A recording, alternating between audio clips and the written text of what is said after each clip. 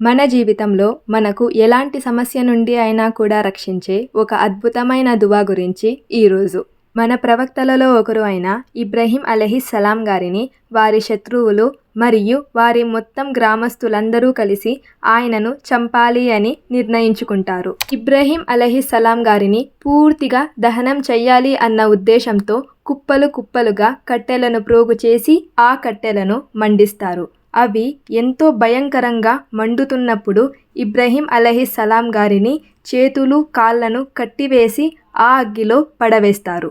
అప్పుడు ఇబ్రహీం అలైహిస్సలాం గారు ఎంతో విశ్వాసంతో హస్బునల్లాహు వనియఅమల్ వకీల్ అన్న ఈ అద్భుతమైన దువాను చదివారు. ఈ దువాను చదువుతూనే అల్లాహుతాలా యొక్క ఆదేశం మేరకు అగ్గి తన పూర్తి శక్తిని కూడా కోల్పోతుంది. అలాగే ఇబ్రహీం అలైహిస్సలాం గారు ఎలాంటి గాయం కూడా లేకుండా అంతటి భయంకరమైన అగ్గిలో నుండి బయటపడతారు.